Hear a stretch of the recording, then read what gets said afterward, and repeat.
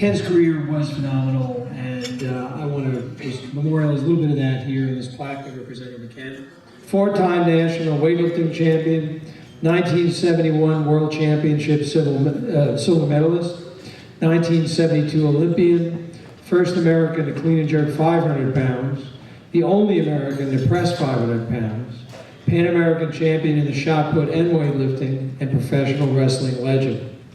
Your national championships, American records, performance at Pan American Games, World Championships, and Olympic Games against the best athletes in the world have demonstrated to all your incredible weightlifting and field event abilities and competitive spirit.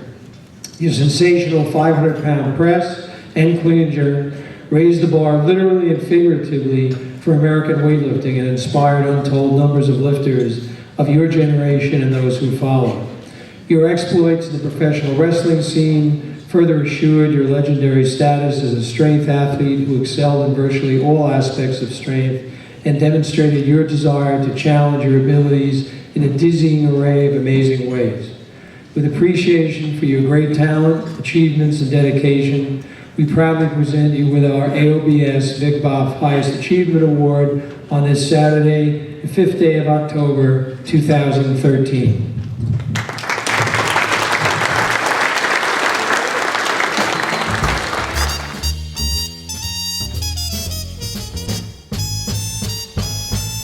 How many people here have ever seen a man that was at one time close to 6'2", weighing 342, dunking basketball, flat-footed from a stand? I bet not many in this room could even think about doing it, blow your quad off or whatever. But this is a man that did it, and I saw him also when he whipped my ass at the Meet of Champions in 1972 before the Olympic trials, throwing a shot put.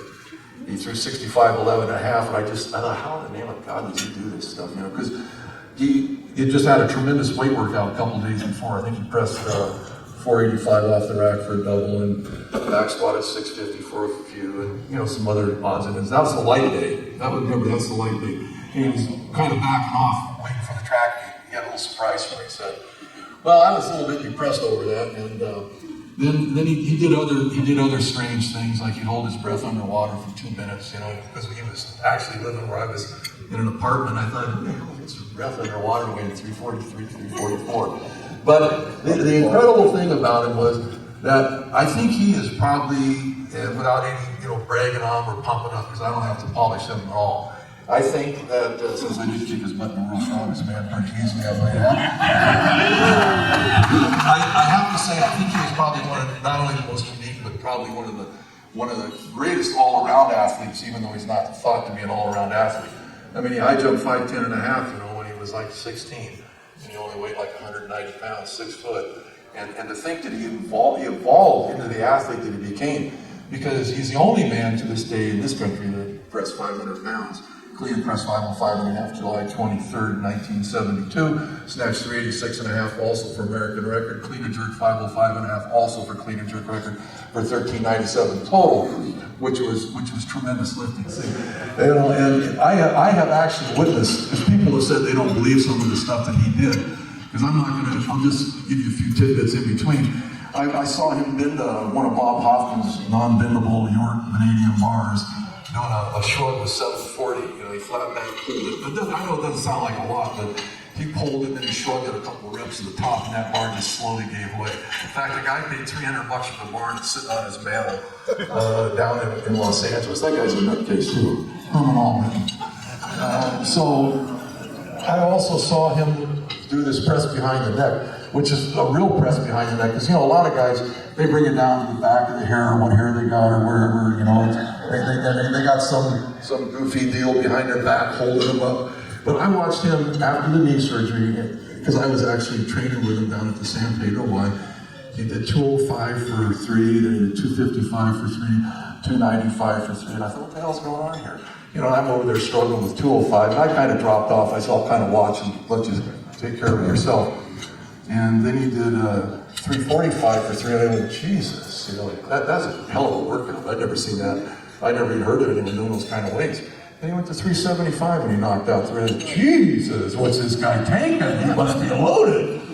And it was unbelievable. Later he went on to do 418, so he was just scratching the surface. But the nice thing about it was he took it out of the squat rack, he backed up, and he just muscled it up. You know, heave, no nothing. And I hear about all these guys, Scott, somebody in Minnesota did 460, and all these other guys, but I've never seen anybody take it down, starting at the bottom like that, never. And a few other things, I saw him miss a 555 press off the rack after pressing 535. And he did some incredible lifting. And just to highlight some of the injuries, so you can see that I'm not really exaggerating. Low back injury from car accident, flares up from time to time. Ganglion cyst, 1966. Severe ankle sprain, 1970. Floating bone chip, 70 and 71. Knee surgery to correct the problem, December 71. Tore triceps off right arm, had to have surgically reattached. 1983, shoulder injury when 460-pound Crusher Blackwell jumped on him, wiped out left shoulder. Blew left triceps off arm tendon, did not disconnect, just blew it off. Hip replacement, shoulder replacement. What is he doing now for training? Nothing. So, he then decided to go in professional wrestling, and he'd been talking about it for years, and I found it hard to believe, because I thought maybe he'd want to compete against me in 76, because he knew I was roaring up and coming on strong. And he kind of ran away and got into this wrestling business. And he actually did pretty good in wrestling. You know, he became the most hated man in wrestling. That was one of the biggest heels in the time. It's hard to believe it. He's really a sweet, loving guy, unless you get on the wrong side of it. And he spent time, in the first year he was the AWA Rookie of the Year in 1973, and he made, I think, about 45 grand. I couldn't believe anybody made that much money. Because that was some big bread back in those days. And he invited me to go on a road trip with him because he says, well, this is what you need to do. You need this wrestling. He said, you're a natural for it. We drove 540 miles one way, leaving Minneapolis at 12 noon, and the wrestling match would start at 7:30. I thought we were going to leave at 8 o'clock in the morning. You know, reasonable time for a reasonable man. Too late highway, some of it gravel, some of it under construction. Possibility of rain showers. I thought we'd sensibly, go a little bit earlier. Our speed in the double lines we crossed over approximated anything from never under 80 and always around 100, 105. And I said, now I see why these guys don't live too long in this business. First thing we do is we pull into town and we go to the first time I've ever seen a drive-in liquor store. And I thought, what God is this for, And he said, and he just rolls down the window like he's been there all the time, says, give me two cases of Coors Tall, give me a case of Biz Farm Strawberry and Grape, and give me one of those 1.75 liters of vodka and a 25-pound bag of ice. Give me a dozen cups. I thought, we must be going to a party. Obviously after the wrestle, I thought, wow, this could be hot, man. We'll never be back for the next day. So I figured we're going to stay up there. So I said, so what's this for? He says, drive home, you idiot. What do you think? Drive home. I thought he was kidding. And after the matches, which were called because of rain, because that was superstar Billy Graham and Wahoo McDaniel, and they decided they were going to rain. And this guy got hit with lightning while he was putting the ring together, and they called it a match. And I knew that was a reasonable thing to do. So they refunded the tickets and told him to come back in 2 weeks and then wrestle again. And I'm thinking, he thinks I'm going to do this stuff, he's out of his mind. But what comes next is we were driving back. And we're driving back before we hit the Greasy Spoon truck stop to get dinner. We'd already consumed 2/3 of one case. And I'm a light beer drinker. I don't drink that much. I only drink light beer from Miller. And so I was really surprised, And we went into the truck stop, and everybody comes running over to him. It's highly embarrassing. Nobody knew me. They're looking at a kid. And he says, get away from me. Don't bother me. And of course, you know why he was a hated man. He just made everybody mad as hell. They didn't want to sign autographs or nothing. And so we left, and we're driving. We're still having a few beers, and I was thinking, my God, they're all gone. And they were actually all gone by 3 o'clock, 3 a.m. in the morning. And I'm not a big beer drinker. I drink maybe one beer, maybe 6 of his. And the other guy, he wasn't, I don't think did Crouch come back to this? I don't think he did. He was sleeping in the back like a baby. And so then at 3 o'clock, we're on the back roads, we're driving, and Ken says, it's your turn to drive. I said, what? I'm using toothpaste to keep my eyes open, just trying to watch his driving. And I had to turn on the air conditioning full blast, get the window down, get the music up, and then I'm driving along, And the keys were out. He says, Wilhelm, can't you keep it up to 106? The keys are out at 105. And he says, we got to be at TV, 6 in the morning. And I said, oh my God. Well, we pulled into Minneapolis and we made it over to the studio. We got about, 2 or 3 hours of sleep. Actually, we got in a little bit before 6. And then we had to roll out. I just thought, man, this is a hell of a way to make a living. This isn't for this boy. He just has done a lot of things, and now he's the top salesman for Mid-City Screen and Wire Grid. I think that's it. And he still drives 500 miles a day.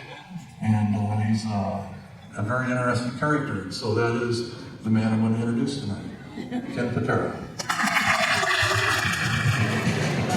Are we having fun yet? Great! All right! Mr. Wilhelm says, Patera, you got your speech written out? And that was this afternoon, I believe it was. I said, I'm working on it. It's a bar tab. A lot of people say, well, how'd you get into weightlifting, Ken? Because that was really my first love. I was 10 years old, growing up in Portland, Oregon. Nobody had a TV set in 1953. So when I was 10 years old, talking about injuries, I was in the hospital for something. So when I got home from the hospital, my mother went up and bought a TV. We were the first family in a 4-square block area to have a television set. And all the kids, anywhere from 8 to 14 years of age, wanted to see professional wrestling on TV. So me and my 3 brothers, we started inviting everybody over to watch professional wrestling on TV. Of course, on a Saturday morning, by Saturday afternoon, every Saturday afternoon, the house was destroyed. I was watching one Saturday after the wrestling went off, and the 1952 Olympic Games from Helsinki, Finland came on. And it was a weightlifting, and they had some track and field and whatnot. But back in those days, you didn't have instant, acknowledgement of an event from of that morning or the day before or whatever. This is a year after the fact. So I'm watching the weightlifting. About 5, 6 guys come out and they try to make this lift. I don't remember if it was, I think it was a clean and jerk. One guy comes out, makes an attempt at it, drops it forward. Next guy comes out, picks it up, drops it behind him. Next guy comes out, picks it up, falls over with it. And the next guy came out. Made a beautiful lift. World record and Olympic record. His name was Norbert Szymanski. Anybody remember Norb? Huh? But my parents saw that I was so enthralled with that. They went out and bought me, for Christmas that year, a 110-pound health weight barbell set. And that's how I started.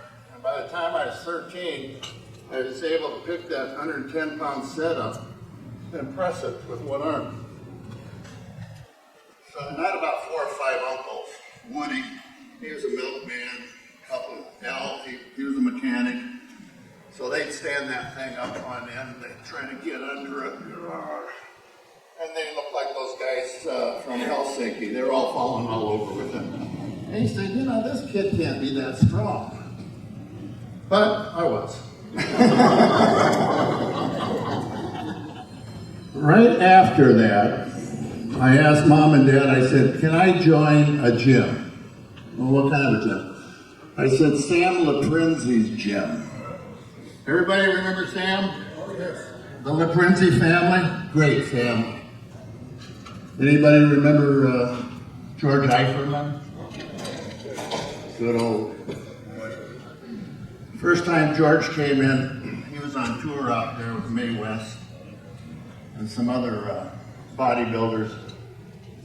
So George walked, working out in the gym. Sam came over, introduced me to George Eiferman. And George says, Ken, if you ever get in trouble with the law, and you have to go to prison, tell them you want to go to Sing Sing.